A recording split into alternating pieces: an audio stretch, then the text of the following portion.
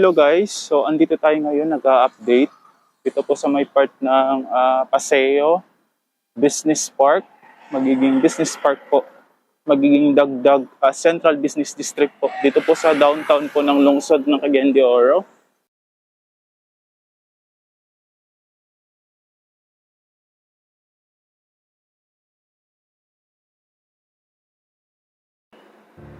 Itong katapat po natin guys, itong tapat po ng area na to, ayan, yun sa area pa masyadong progress sa area na yan. Pero ang alam ko po kasi, hindi po siya landers o di kaya kung ano man po ang magkakaroon po sa area na to, sana po pwede rin rise o di kaya mixed use development. Kasi ang lawak din naman ng area na to guys, kung makikita nyo po, di ba, hanggang dun yan sa dito po sa may bakod na to, yung bakod na yan. So ayan guys, hindi pa natin alam kung ano po yung commercials na itatayo po sa area na to. So yan ang init guys. Kasi wala pa namang initial na information na nilabas po sa galing po sa nila. So ito nga po guys, nagpo-propose pala naman ng commercial centers. Tapos yung area na po na yun guys, save lang din naman siya. Tapos punta naman po tayo rito guys. Ayan, hindi pa siya ganun ka malawak din pala yung na to, land area. Dati kasi guys nung binagyo, binaha po kasi siya guys, kaya na-stop po yung neto, yung plan po na gagawin po siyang commercial. Magkakaroon po siya ng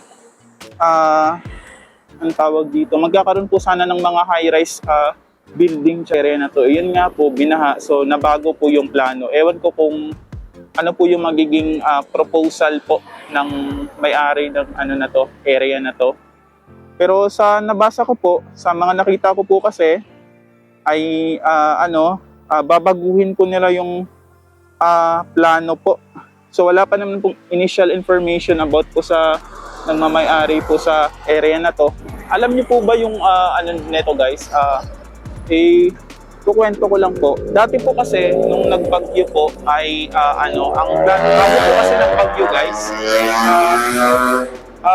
hindi po kasi dapat ito magiging university. So, naging university po siya, binili po ewan ko po kung nagre-rent o inarkila lang po ng universidad yung area na to. Kasi dapat supposedly guys, magiging mall po siya kasi nga, complex po siya. So magkakaroon po siya ng mall, tsaka buildings or kung ano-anong mga commercial center po kasi siya dapat dito po sa part na to.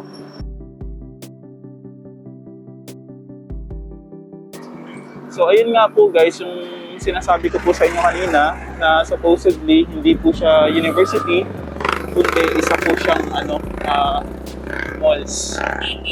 Magiging isa po atang landmark po sa area na to. So mga months na rin na hindi ako nakapunta rito guys. Gawa ng may ginagawa rin po tayo. So ewan ko lang kung ano pong gagawin sa billboard na yun.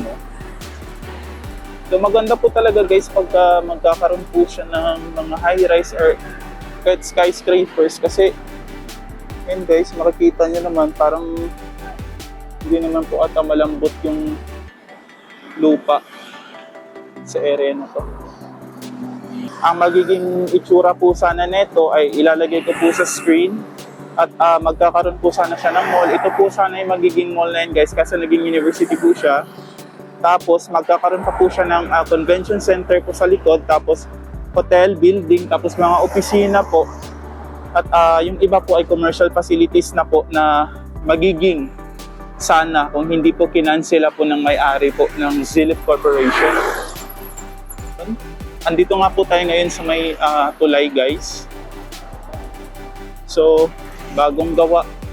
Ewan kung isang dekada na po o hindi pa nga umabot ata isang dekada ang tulay na to. So, ito po yun siya. Doon din naman sa area na yan, may ongoing construction po na condo, residential or commercial building. Yun, makikita niyo po yung na yun, it's Casamiras. So pupuntahan din natin yan mamaya-maya. So ito naman po yung area ng downtown guys. Ayan, halo-halo na po yung area na yan. So may mga hotels, maraming mga residential tsaka hotels. Ayan. So, ilalagay ko po sa ano po yung ano neto mamaya. Kinakabahan ako guys, alam nyo kasi pinagtitinginan po ako ng mga empleyado. Ayun guys, di ba? So, I think magiging 11 stories kasi may ano pa naman, hindi pa ata nagta-top off yung ano neto. So, yun, di ba? Makikita nyo po. So, i-update po natin ang i-update hanggang andito po tayo sa lungsod. So, yun rin po yung mga lugar na yon sa uptown. Actually guys, yung area na yun is uptown na po. Dun sa harap ko po, ayan. So may ano po siya rito, Esplanade ba tawag doon? So hanggang doon po yun. Actually guys, connected to Megadike. Purpose po kasi nito guys is Megadike yung ano na yan. Ayun guys, ginugyot. Dilagyan ng mga vandalism. Kakapintura lang ata ng ano na ito eh. Ginugyot nila. Meron pa dun sa kabila Ayun, may mga ano. Diba? So ito guys, andito na naman ako sa kakatapos lang na Esplanade connecting to the Megadike. Actually guys, ang purpose po nito is Megadike. So ito po yung ano nito, malinis naman siya sa ngayon. Pero ayun guys, may mga taong nakatira sa ilalim. Ayun, may mga tao. So ayun, nakita nila ako guys na binibidyo ko sila. Baka habulin ako. So ito guys, at ang sarap ng hangin. So makikita nyo po, maraming mga kabayo. So ang kinagandahan din guys, kasi nilagyan na nila ng reservoir. Ay, yung para pagka umangat po yung tubig guys, so kinokontrol po, nilalak po nila. Doon sa na yun, area na yun. So, meron din naman dito sa kabila. So yun guys, may mga tao doon Ayan, kita niya po. May mga tao Ayan Diba? Diyan sila tumitira. Ewan ko kung wala sa mga homeless. Mga homeless po ata sila. Ayan. So tara.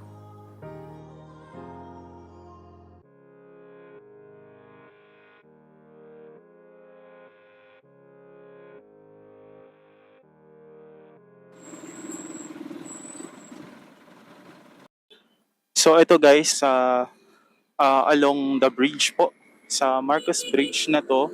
So ina-update po natin yung residential tower po ng Casamiras. At yun nga po, makikita nyo po yung Tower 2. So yung Tower 2 po ay nag-top off na po siya. Yun po yung sa kaliwa po, yung kasunod po ng neto.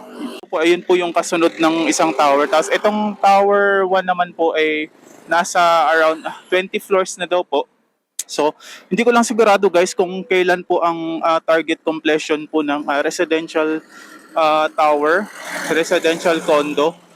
So, hindi pa po natin alam kung kailan po yung target nila. Pero, ito nga po, madadagdagan po yung high-rise building po ng lungsod po ng Cagayan de Oro. So, and makikita nyo po guys.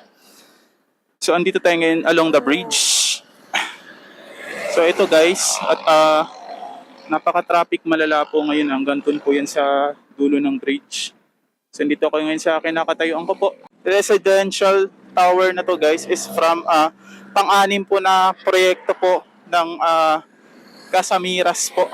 Ayun nga po guys, naka-top off na po yung Tower 2. So yun po yung makikita nyo po. Tapos nagre-repainting na po sila dun sa kabila. So tatawid po tayo rito guys, kung po pwede naman po atang tumawid. So yung Tower 1 po nasa 20 floor na nga daw po, at makikita nyo naman po ongoing progress po ng tower na to, ng Casamiras Tower. So tara guys, at tatawid tayo. Traffic malala talaga siya, ay makikita nyo naman, diba?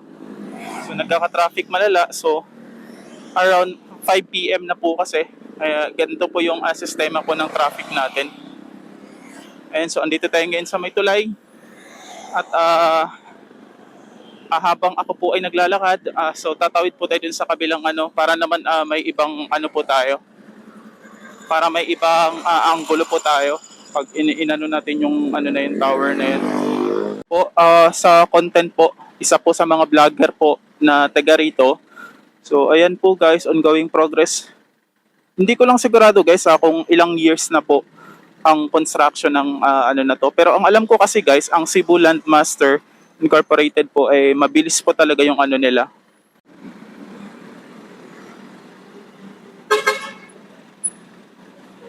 Po tayo. So saktong-sakto guys no. Pag tawid po natin doon. So nag-go po siya. Actually guys, hindi pa yung nagka-green light. Mahirap po talaga tumawid pagka ganitong kalsada guys. Ayun yung makikita po. So katabi po siya ng SM Save More Market. At dito lang po siya along the way papuntang western part of Cagayan de Oro. At kung papunta naman po tayo dun sa tulay po, ay yun naman po yung part papunta po ng eastern part of Lungsod. So, napaka-progressive ng barangay na to guys. Sabi nga po, isa to sa magiging progresibo, isa sa magiging progresibong barangay po dito po sa Lungsod. So, guys, yung tower to po is already top off na po. So ito po yung 27 story.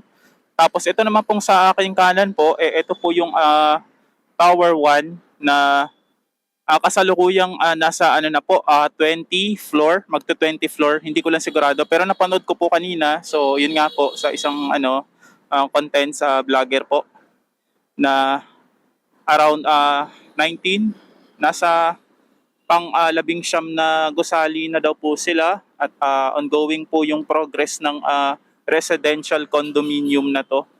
So tara guys at pupunta naman tayo dun sa kabila.